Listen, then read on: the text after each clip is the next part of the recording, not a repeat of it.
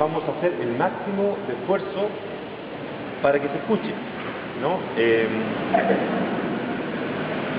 Decíamos que hay alrededor de 2 millones de personas enterradas aquí, unos cuantos cremados, unos cuantos miles cremados, ¿no? Cuyas cenizas no están aquí, pero que fueron cremados en el espacio que está dentro de este cementerio. Y muchas de las cosas que están ligadas al cementerio las vamos a ver en el trayecto, otras ya comenzamos a verlas afuera.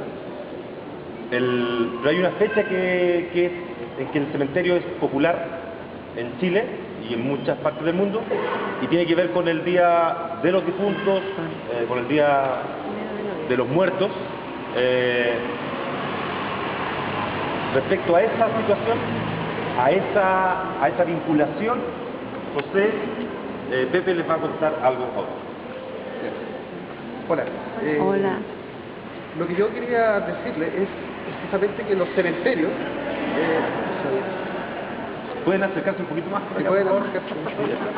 No tengan miedo de venir a él. Pero bien, lo que les quería decir es que los cementerios durante el siglo XIX en Chile, y precisamente en la ciudad de Santiago, se convierten en un espacio de sociabilidad en donde es posible identificar el comportamiento y las actitudes de la sociedad santiaguina de aquel entonces. Los preocupados del tema de los cementerios en relación con la sociabilidad se fijan principalmente en las fechas de algunas celebraciones. La primera celebración de la que se tiene registro es precisamente la inauguración de este cementerio en el año 1821. Y también se han investigado la sociabilidad presente en la fiesta de los difuntos. En un primer momento, durante el siglo XIX, en este lugar se congregaba una serie de personas que venían a cumplir con el ritual de visitar a sus difuntos, pero también el sector, los alrededores del cementerio se convertían en una verdadera fiesta, en donde llegaban personas, familias completas en carretas tiradas por caballos, y luego de cumplir con el ritual, compartían una fogata, compartían también licor y baile.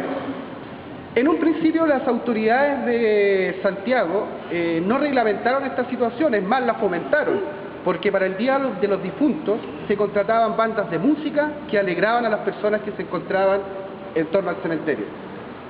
Posteriormente, ya en la mitad del siglo XIX más o menos, se comienzan a manifestar las primeras críticas a estas celebraciones, principalmente de los sectores más acomodados y conservadores de Santiago del siglo XIX.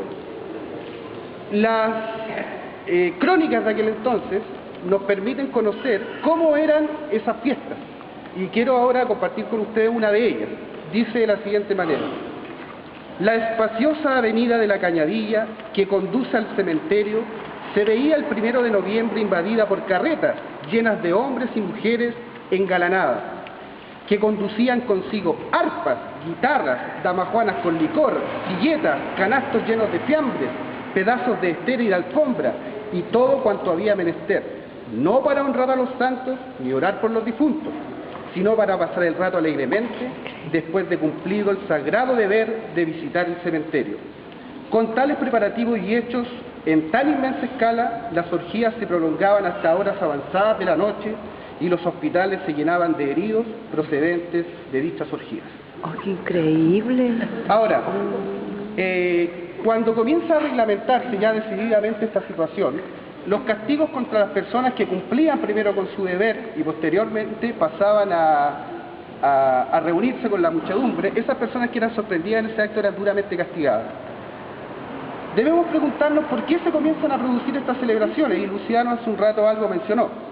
Cuando en Santiago se comienzan a prohibir los entierros al interior de la iglesia, la gente y los cementerios se sacan de la ciudad, la gente prepara la visita al cementerio. Entonces podemos encontrar ahí uno de los motivos por los cuales las personas llegan a este lugar acompañados de guitarras, arpas, licores y alimentos.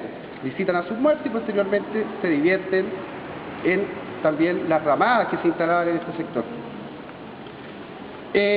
La celebración de las fiestas de los difuntos también nos permite a nosotros apreciar cómo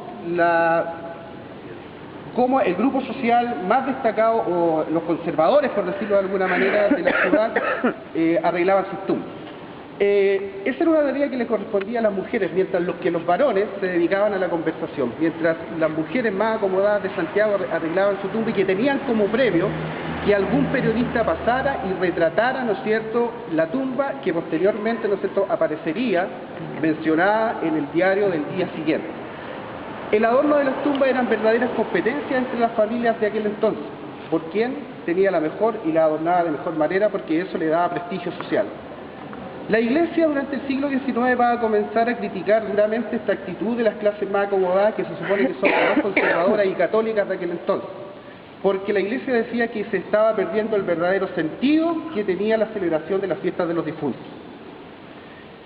Nos tenemos que hacer la siguiente pregunta: ¿cuándo comienzan a decaer estas fiestas? No hay registro ni dato que nos permita saber. Pero un cronista, Justo Abel Rojas, nos entrega el siguiente dato: las orgías fueron cayendo en desuso a fuerza de los escándalos que por ellas se producían, hasta que la autoridad tomó prudentes y oportunos remedios. Aún quedan restos de esas bacanales en las cuales solía llegarse hasta el sacrilegio, pues en la confección de las buscadas empanadas o pequeñas se empleaba nada menos que carne de difunto, según se comprobó en una ocasión. Para ir finalizando, tenemos que preguntarnos qué ideas o contenidos estaban presentes en esta celebración. Podemos hablar desde una actividad comercial que se genera con la venta de artículos o los vendedores que se reúnen en torno al cementerio. Podemos hablar también del deseo de escapar del dolor mediante el alcohol. Podemos también hablar en el sentido de mostrar que la vida y la muerte debían ser tomadas con alegría y con resignación. Hoy en la actualidad, y esa es una tradición muy antigua, y en Latinoamérica se da mucho, la relación entre la muerte y la vida, como es el caso de México, por ejemplo, en la fiesta de los difuntos, se establece con una alegría, ¿no es cierto? Es la alegría de vivir. Y en ella se plasma y se conjuga las tradiciones de los indígenas latinoamericanos, más, ¿no es cierto?, las tradiciones que los españoles traen en cuanto a la celebración de la fiesta de los difuntos. Eso es lo que quería compartir.